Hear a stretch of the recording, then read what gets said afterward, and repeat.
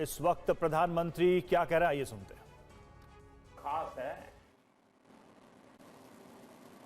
आपको लगेगा हर दीपावली का अपना महत्व होता है, इस बार खास क्या है? खास है अयोध्या में प्रभु राम 500 साल बाद फिर से अपने भव्य मंदिर में विराजमान हुए। शुभकामनाओं में आपके प्रति 140 करोड़ देशवासियों का कृतज्ञ भाव भी शामिल है, उनका आभार भी शामिल है। साथियों, मातृभूमि की सेवा का यह अवसर बड़े सौभाग्य से मिलता है। ये सेवा आसान नहीं है। ये मातृभूमि को सर्वस्व मानने वाले मत वालों की साधना है। ये मां भारती के लाडलों लाडलियों उनका तप है, उनकी तपस्या है। कहीं हिमालय की बर्फ और ग्लेशियर का शून्य से नीचा तापमान, कहीं नसों को जमाने वाली ठंडी रातें, कहीं गर्मियों में तपता हुआ रण का रेगिस्तान, आग बरसता हुआ सूरज, कहीं धूल भरी रेतीली आंधियां, कहीं दल दल की चुनौतियां और कहीं उफान लेता हुआ समंदर। ये साधना हमारे जवानों को उस हद तक तपाती है जहां हमारा देश का सैनिक फौलाद बनकर चमकता है। एक ऐसा फौलाद जिसे देखकर दुश्मन की रूह दहल उठती है।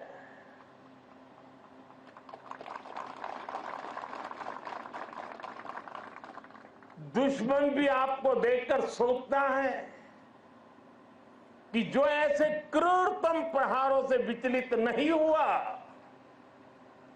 उसे भला कौन हरा पाएगा। आपकी अटल इच्छा शक्ति, आपका यह अथाह शौर्य, पराक्रम की पराकाष्ठा, देश जब आपको देखता है तो उसे सुरक्षा और शांति की गारंटी दिखाई देती है। दुनिया जब आपको देखती है तो उसे भारत की ताकत दिखाई देती है, और दुश्मन जब आपको देखता है तो उसे बुरे मंसूबों का अंत दिखाई देता है। आप जब जोश में दहाड़ते हैं तो आतंक के आका कांप जाते हैं। यह है मेरी सेना का, मेरे सुरक्षा बलों का पराक्रम। मुझे गर्व है हमारे जवानों ने हर मुश्किल से मुश्किल मौके पर अपने इस सामर्थ्य को सिद्ध किया है। साथियों, आज जब मैं कच्छ में खड़ा हूं तो यहां हमारी नेवी का जिक्र भी उतना ही स्वाभाविक हो जाता है। ये गुजरात का समुद्री तट देश की बहुत बड़ी ताकत है, इसलिए यहां की समुद्री सीमा भारत विरोधी षड्यंत्रों का सबसे ज्यादा सामना करती है।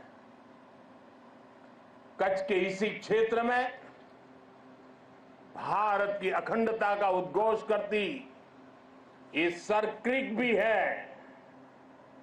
अतीत में इस क्षेत्र को रणभूमि बनाने की कोशिशें भी हुई। देश जानता है सर्क्रिक पर दुश्मन की नापाक नजरें कब से टिकी है, लेकिन देश निश्चिंत भी है क्योंकि सुरक्षा में आप तैनात है।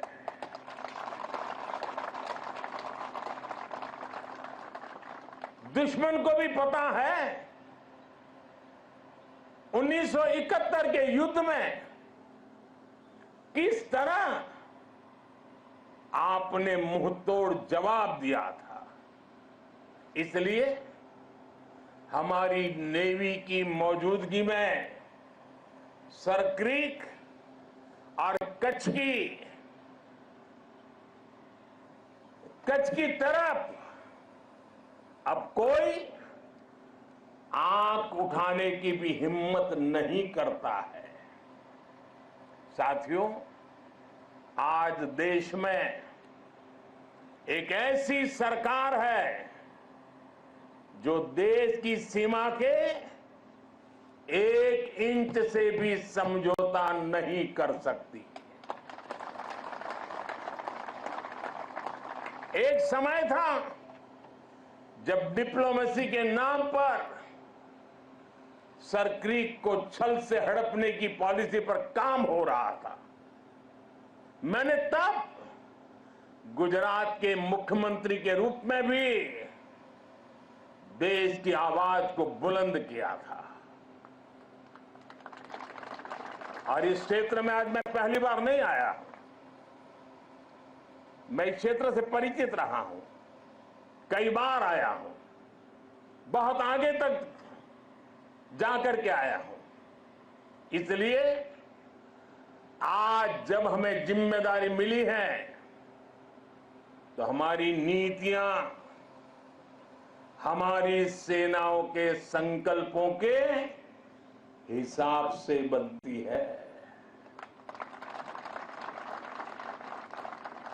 हम दुश्मन की बातों पर नहीं, हमारी सेनाओं के संकल्पों पर भरोसा करते हैं। साथियों, 21वीं सदी की जरूरतों को देखते हुए आज हम अपनी सेनाओं को, हमारे सुरक्षा बलों को आधुनिक संसाधनों से लैस कर रहे हैं। हम हमारी सेनाओं को विश्व की सबसे आधुनिक मिलिट्री फोर्सेस की कतार में खड़ा कर रहे हैं। हमारे इन प्रयासों का आधार है रक्षा क्षेत्र में आत्मनिर्भर भारत। अभी कुछ ही दिन पहले यही गुजरात के वडोदरा में C295 फैक्ट्री का उद्घाटन हुआ है। आज विक्रांत जैसा made in India aircraft carrier देश के पास है। आज भारत में अपनी सबमरीन बनाई जा रही है। आज हमारा तेजस फाइटर प्लेन वायुसेना की ताकत बन रहा है। हमारा अपना 5th जनरेशन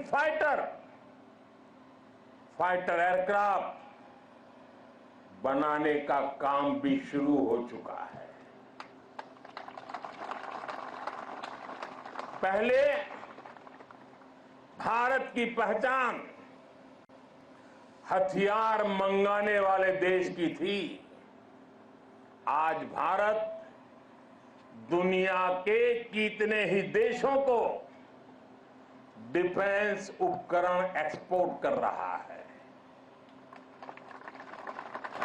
पिछले 10 वर्षों में हमारा रक्षा निर्यात 30 गुना बढ़ गया है। साथियों, सरकार के इस विजन को सफल बनाने में हमारी सेनाओं और सैन्य बलों के सहयोग की भी बड़ी भूमिका है। हमारे सुरक्षा बलों की बहुत बड़ी भूमिका है। मैं देश की सेनाओं को, मैं देश के सुरक्षा बलों को बधाई दूंगा कि उन्होंने 5000 से अधिक सैन्य उपकरणों की लिस्ट बनाई है जो वो अब विदेश से नहीं खरीदेंगे। इससे सैन्य क्षेत्र में आत्मनिर्भर भारत अभियान को नई गति भी मिली है। साथियों, आज जब न्यू एज वॉरफेयर की बात होती है तो ड्रोन टेक्नोलॉजी उसका एक अहम टूल बन गई है। हम देख रहे हैं युद्ध में शामिल देश आज ड्रोन टेक्नोलॉजी का जमकर इस्तेमाल कर रहे हैं। ड्रोन से निगरानी हो रही है, ड्रोन से खुफिया जानकारी जुटाई जा रही है। किसी व्यक्ति या जगह की पहचान करने में ड्रोन का उपयोग हो रहा है। ड्रोन सामान पहुंचाने में मदद कर रहे हैं। ड्रोन का इस्तेमाल हथियार के रूप में भी हो रहा है। इतना ही नहीं, ड्रोन पारंपरिक एयर डिफेंस के लिए भी चुनौती बनकर के उभर रहा है। ऐसे में भारत भी ड्रोन टेक्नोलॉजी की मदद से अपनी सेनाओं को, अपने सुरक्षा बलों को सशक्त कर रहा है। सरकार आज 3 सेनाओं के उपयोग में आने वाले प्रीडेटर ड्रोन खरीद रही है। ड्रोन के इस्तेमाल से जुड़ी स्ट्रेटेजी बनाई जा रही है और मुझे खुशी है कि कई भारतीय कंपनियां पूरी तरह से स्वदेशी ड्रोन बनाने में भी लगी हैं। ढेर सारे स्टार्टअप मैदान में आए हैं। साथियों, आज युद्ध की प्रकृति बदल रही है। आज सुरक्षा के विषय भी नए नए पनपते जा रहे हैं। भविष्य की चुनौतियां और जटिल होंगी। इसलिए बहुत जरूरी है कि तीनों सेनाओं की क्षमताओं को, हमारे सुरक्षा बलों की क्षमताओं को एक दूसरे से जोड़ दिया जाए और खास करके हमारी तीनों सेनाओं के लिए उनका प्रदर्शन इस जोड़ने के प्रयास के कारण उनका सामर्थ्य कई गुना बेहतर हो जाएगा। और मैं कभी कभी कहता हूं कि एक आर्मी, एक एयरफोर्स और एक नेवी हमें एक नजर आते हैं, लेकिन उनका जब संयुक्त अभ्यास होता है तो एक नहीं 111 नजर आते हैं। सेनाओं के आधुनिकीकरण की इसी सोच के साथ chief of defence staff CDS की नियुक्ति की गई है। इसने देश की सेनाओं को मजबूत करने में बड़ी भूमिका निभाई। अब हम इंटीग्रेटेड थिएटर कमांड की दिशा में बढ़ रहे हैं। इंटीग्रेटेड थिएटर कमांड के लिए एक ऐसा मैकेनिज्म तैयार कर लिया गया है जिससे सेना के तीनों अंगों के बीच और बेहतर तालमेल होगा। साथियों, हमारा संकल्प है नेशन फर्स्ट, राष्ट्र प्रथम। राष्ट्र की शुरुआत उसकी सीमाओं से होती है। इसलिए बॉर्डर इंफ्रास्ट्रक्चर का विकास देश की सबसे बड़ी प्राथमिकताओं में है। बीआरओ ने 80,000 किलोमीटर से ज्यादा सड़क का निर्माण किया है। लद्दाख और अरुणाचल प्रदेश में भी रणनीतिक रूप से महत्वपूर्ण सड़कें बनाई गई है। पिछले 10 वर्षों में बीआरओ ने 400 के आसपास बड़े पुल बनाए हैं। आप जानते हैं, देश के सबसे दूर दराज के इलाकों में ऑल वेदर कनेक्टिविटी के लिए हमारी सेनाओं के लिए टनल कितनी महत्वपूर्ण है। इसलिए पिछले 10 वर्षों में अटल और सेला जैसी सामरिक महत्व की अनेकों बड़ी सुरंगों का निर्माण पूरा किया है। बीआरओ देश के अलग अलग हिस्सों में टनल बनाने के काम को तेज गति से पूरा कर रहा है। साथियों, हमने सीमावर्ती गांवों को आखिरी गांव मानने की सोच भी बदली है। आज हम उन्हें देश का प्रथम गांव कहते हैं। आखिरी गांव नहीं, वो प्रथम गांव है। वाइब्रेंट विलेज योजना के तहत देश के प्रथम गांवों का विकास किया जा रहा है। वाइब्रेंट विलेज यानी सीमा पर बसे ऐसे वाइब्रेंट गांव जहां वाइब्रेंट भारत के प्रथम दर्शन हो। हमारा देश का तो ये विशेष सौभाग्य है कि हमारे ज्यादातर सीमावर्ती इलाकों को प्रकृति ने विशेष आशीर्वाद दिया है। वहां पर्यटन की अपार संभावनाएं हैं। हमें उसे तराशना है, निखारना है। इसके जरिए इन गांवों में बसे नागरिकों का जीवन बेहतर होगा, उन्हें नए अवसर मिलेंगे। वाइब्रेंट विलेज अभियान के जरिए हम ये होता देख रहे हैं। आप ही के यहाँ आसपास के जो दूर दराज के आखिरी गांव कहे जाते थे, जो आज पहले गांव है, वहां सीवीड का काम आपकी नजरों के सामने तेजी से बढ़ रहा है। बहुत बड़ा आर्थिक नया एक क्षेत्र खुल रहा है। यहां मैंग्रोव के पीछे एक बड़ी ताकत हम लगा रहे हैं। वो देश के पर्यावरण के लिए तो बहुत सुनहरा अवसर है, लेकिन ये मैंग्रोव के जो जंगल तैयार होंगे वो यहां के टूरिस्टों के लिए, और जैसे धोरडो में रणोत्सव ने पूरे देश और दुनिया को आकर्षित किया है, देखते ही ये इलाका टूरिस्टों का स्वर्ग बनने वाला है, आपकी आंखों के सामने बनने वाला है। साथियों, इस विजन को आगे बढ़ाने के लिए हमारी सरकार के मंत्री भी सीमावर्ती वाइब्रेंट विलेज में जा रहे हैं। आज वो वाइब्रेंट विलेज में रुकते हैं जहां ज्यादा से ज्यादा समय बिताते हैं। ऐसे में देश के लोगों में भी इन गांवों को लेकर आकर्षण बढ़ रहा है, उत्सुकता बढ़ रही है। साथियों, राष्ट्रीय सुरक्षा के साथ एक और पहलू जुड़ा हुआ है जिसकी उतनी चर्चा नहीं होती। ये है बॉर्डर टूरिज्म, और इसमें हमारे कच्छ के पास अपार संभावनाएं हैं। इतनी समृद्ध विरासत, आकर्षण और आस्था के इतने अद्भुत केंद्र और प्रकृति की अद्भुत देन। गुजरात में कच्छ और खंभात की खाड़ी के मैंग्रोव फॉरेस्ट बहुत महत्वपूर्ण है। गुजरात के समुद्री तटों पर समुद्री जीवों और वनस्पतियों का पूरा इकोसिस्टम है। सरकार ने भी मैंग्रोव के जंगलों के विस्तार के लिए कई कदम उठाए हैं।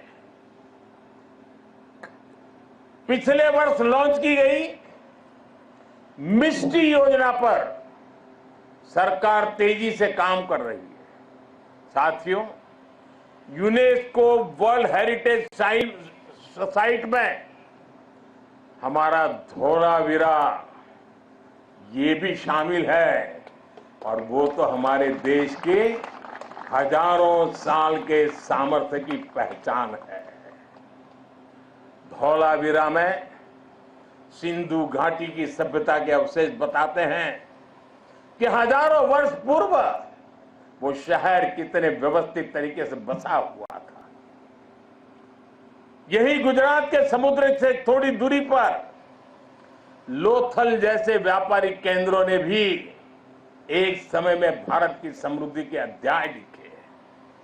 लखपत में गुरु नानक देव जी की चरण रज है।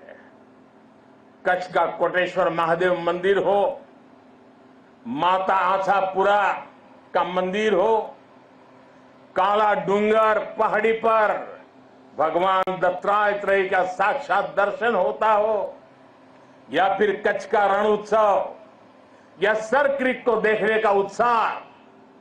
कच्छ के एक जिले में ही पर्यटन का इतना पोटेंशियल है कि टूरिस्ट को पूरा हफ्ता भी कम पड़ जाए। उत्तर गुजरात की सीमा पर नड़ाबेट में हमने देखा है कि कैसे बॉर्डर टूरिज्म लोगों में छाया हुआ है। हमें ऐसी ही हर संभावना को साकार करना है। जब ऐसे स्थानों पर देश के अलग अलग हिस्सों से पर्यटक आते हैं, वो भारत के वो दो हिस्से आपस में कनेक्ट हो जाते हैं।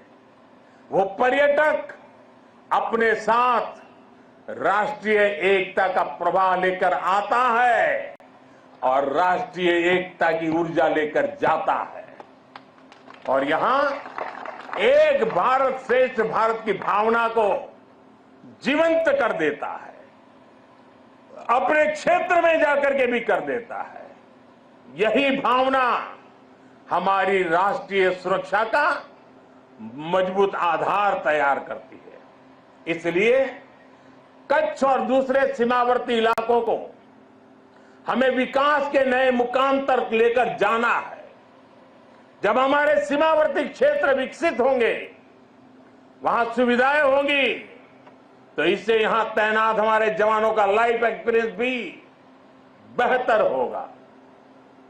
साथियों, हमारा राष्ट्र जीवंत चेतना है, जिसे हम मां भारती के रूप में पूजते हैं। हमारे जवानों के तप और त्याग के कारण ही आज देश सुरक्षित है, देशवासी सुरक्षित है। सुरक्षित राष्ट्र ही प्रगति कर सकते हैं। इसलिए आज जब हम विकसित भारत के लक्ष्य की ओर इतनी तेजी से बढ़ रहे हैं, तो इसमें आप सब इस स्वप्न के रक्षक हैं। आज हर देशवासी अपना 100% देकर राष्ट्र के विकास में अपना योगदान दे रहा है, क्योंकि उसे आप पर भरोसा है। मुझे विश्वास है आपका ये शौर्य इसी तरह भारत के विकास को बल देता रहेगा। इसी विश्वास के साथ आप सबको एक बार फिर दीपावली की हार्दिक शुभकामनाएं। आप सबका बहुत बहुत धन्यवाद। मेरे साथ बोले भारत माता की, भारत माता की, भारत माता की, भारत माता की। वंदे वंदे वंदे वंदे वंदे वंदे वंदे।